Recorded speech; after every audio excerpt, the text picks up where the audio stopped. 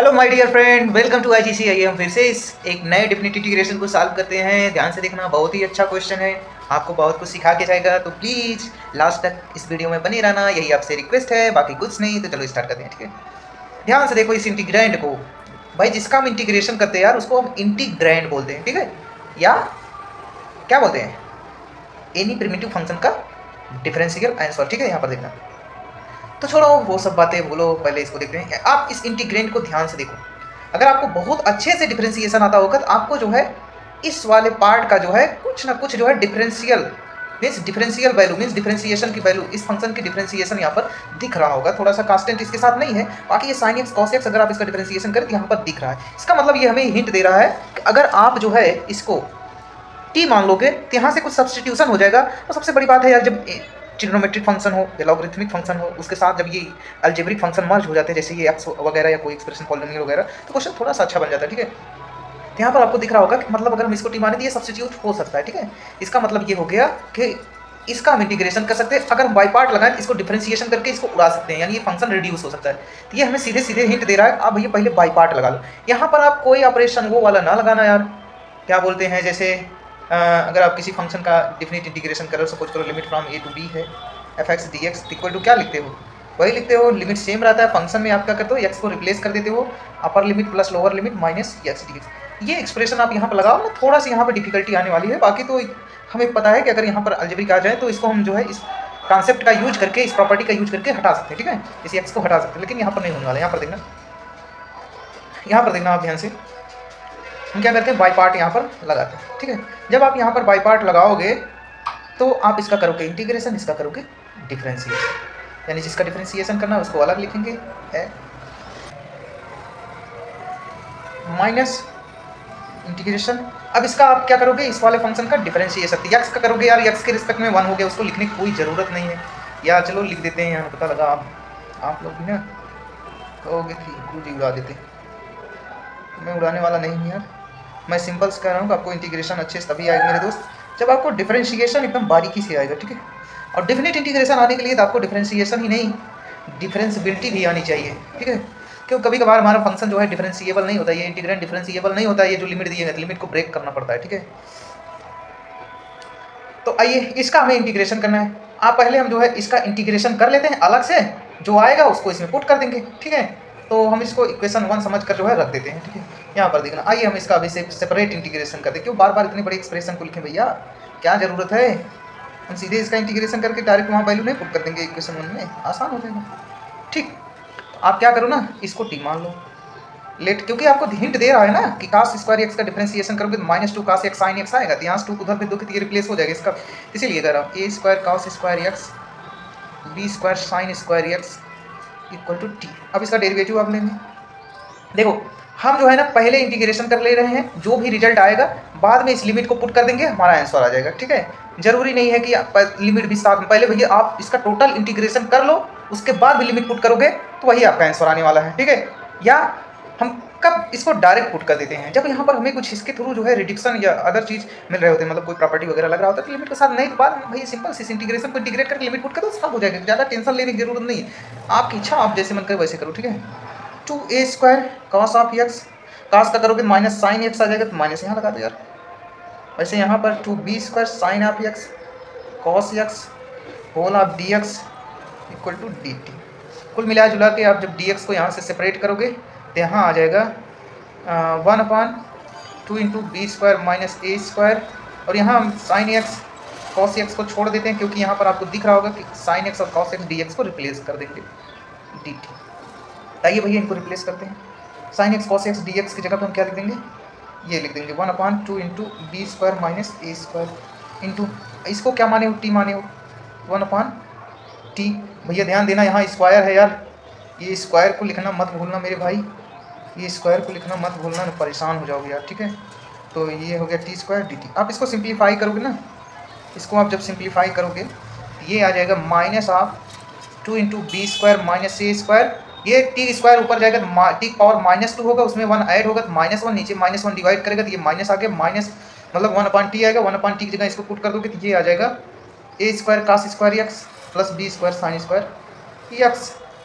और भैया अभी आप डिफिनिट इंटीग्रेशन की जगह अभी आप इंडिफिनिट सॉल्व कर रहे हो, सी भी जोड़ते चलो, कोई दिक्कत नहीं है, सी को भी बाद में हटा देंगे, ठीक है। हटाएंगे क्या, डेफिनेट इंटीग्रेशन ऑटोमेटिक जब upper limit lower limit put करोगे तो हट जाता है, ठीक है।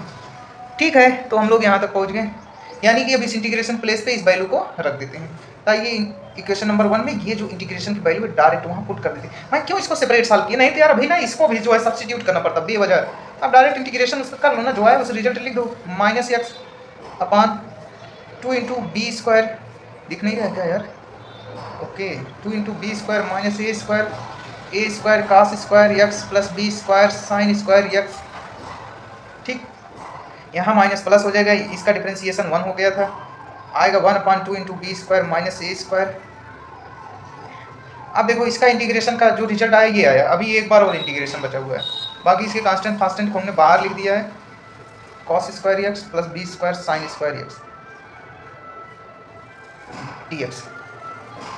अब हमें इसका इंटीग्रेशन और करना है, हम इनको इक्वेशन नंबर 2 मान लेते हैं और इस इंटीग्रेशन की वैल्यू फाइंड करके यहाँ पर पुट कर देते हैं।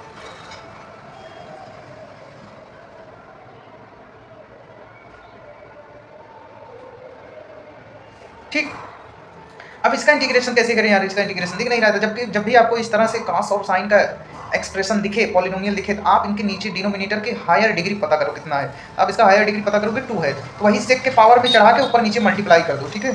यहाँ हो जाएगा sec² x dx, और नीचे sec² इनसे मल्टीप्लाई करेगा तो बचेगा a² b tan² x dx, ठीक। अब आप b tan x को जो है t मान लो या कुछ और मान लो, क्योंकि t एक बार मान चुके हो, ठीक है। तो ये हो गया b sec² x dx = dz। हमें यहाँ क्या चाहिए, sec² x dx चाहिए, बाकी b को उधर भेज देते हैं, sec² x dx = 1/b dz, ठीक, 1/b dz, ठीक है। अब आप जो है इनको जो है रिप्लेस कर सकते हैं, sec² x dx को 1/b dz से। आइए यहाँ पर रिप्लेस करते हैं, 1/b dz अपान a², इसको आपने मान लिया था z², इसका इंटीग्रेशन करेंगे 1/b पहले से ही है, नीचे क्या आ जाएगा, a आ जाएगा tan 1 z/a,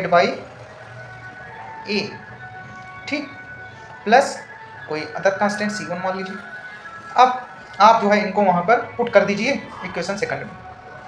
ये आपका आ गया ओवरऑल। ये इंटीग्रेशन किसका था, ये इंटीग्रेशन था, हम आपको दिखा रहे हैं, ये हमारा इंटीग्रेशन था इसका, ठीक है। अब इसको भी लिख लेते हैं वहीं पर, और क्योंकि अब ओवरऑल इंटीग्रेशन हो गया है तब लिमिट भी लिखेंगे इनके साथ। पहले हम इनको इक्वेशन नंबर 2 में पुट करते हैं, तो इक्वेशन नंबर 2 ये रहा हमारा, ठीक है। तो थोड़ा सा स्पेस देके इक्वेशन 2 को लिखते हैं, यहाँ पर देखना, ये हो गया हमारा x - x/2 × b² - a² cos² x + b² sin² x + 1/2 × b² - a², और इंटीग्रेशन की जो वैल्यू आई है वो आई है 1/1 को लिखने की यहाँ पर जरूरत नहीं है, ab मल्टीप्लाइड में tan 1 z/a, और उसका जो पहले हमारे पास c ऐड हुआ था और इसका c1 मिला के कोई कांस्टेंट मान लेते हैं c। और भाई यही तो हमारा उस पूरे फंक्शन का इंटीग्रेशन है। कौन सा फंक्शन, यहाँ पर देखना, जो हमें इंटीग्रेशन दिया गया था 0 से π/2 x sin of x cos of x upon a² cos² x b² sin² x of whole square dx, ठीक। अब हम ये पूरा इंटीग्रेशन कंप्लीट हो चुका है, तो यहाँ लिमिट भी पुट कर देते हैं, क्योंकि अब लिमिट की ज़रूरत है।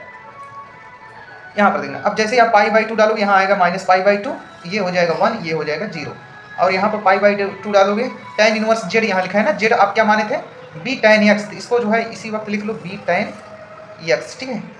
आप जब यहाँ पर π/2 डालोगे, tan π/2 देता है +∞, ठीक है, +∞, तो b/a मल्टीप्लाई और डिवाइड करोगे तो यहाँ इन्फिनिटी ही ओवरऑल आएगा। tan 1 इन्फिनिटी क्या देता है, π/2 देता है, तो ओवरऑल ये जो π/2 यहाँ पुट करोगे तो यहाँ π/2 आने वाला, मीन्स आप इसे जब सिंप्लीफाई करोगे यहाँ तो आ गया -π/2 अपान 2 × b² - a², यहाँ ये हो गया π/2 को 1, ये 0 हो जाएगा, तो मीन्स यहाँ b² बचेगा, प्लस 1/2 × ab × b² - a², ठीक, और ये दे देगा π/2, ठीक है। और ये c वैसे ही रहेगा, उसके बाद जब आप 0 डालोगे फिर से यही c वापस आएगा, c - c कट जाएगा, 0 डालोगे तो ये 0 हो गया, और tan x 0 0 देता है, इनवर्स भी 0 0 देता है, तो ओवरऑल ये 0 हो गए। और इन्हें आप जब सिंप्लीफाई करोगे आपका आंसर क्या आएगा, वो आएगा आपका answer π/4ab² into a plus B.